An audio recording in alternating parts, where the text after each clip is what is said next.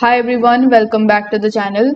In this video, I'm going to show you how to activate blocked DU SIM card. So to activate your blocked DU SIM card, you will need to enter the PUK, that is called pin unlock key code, which is found on the SIM pack, or it can be obtained by calling to the customer service at DU. So if you have entered the pin code incorrectly multiple times, your SIM card will be blocked and you will be prompted to enter the PUK code. So the PUK code is usually printed on the SIM card packaging. So make sure that you check your SIM card packaging for that PUK code.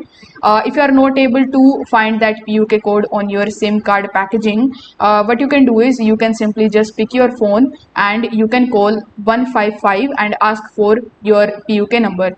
Now, the second method of getting it is by coming to the official website of DU, that is du.ae, and over here you can just click on the help option and you can just basically contact with the customer support team for that PUK code.